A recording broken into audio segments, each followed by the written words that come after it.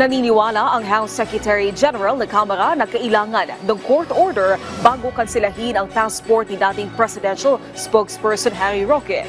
Aminado naman ang Immigration Department na kaparehas sa ginawa ni Alice Go ang pagpuslit ni Roque palabas ng bansa. Si Daniel Manalasta sa sentro ng balita.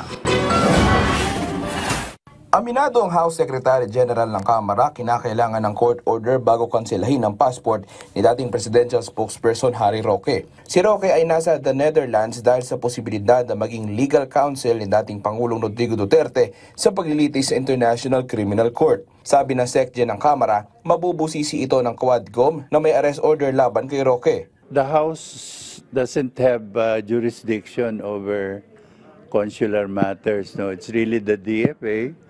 But according to the DFA, it has to have a court order before they can cancel the passport of Mr. Harry Roque. I think cases have been filed with the DOJ.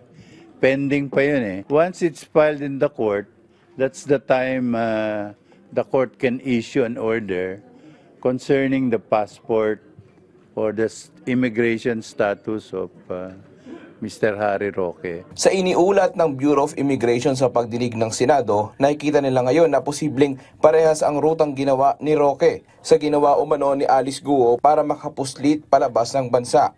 Since Mr. Roque has no recorded departure in the BI's records, he likely took the same route as Alice Go in leaving the country by using a backdoor exit in Tawi-Tawi. Sabi naman ng BI, walang patunay na may binayarang tauhan nila para makatakas palabas ng bansa si Go noong nakaraang taon. There is simply no proof or evidence to that effect.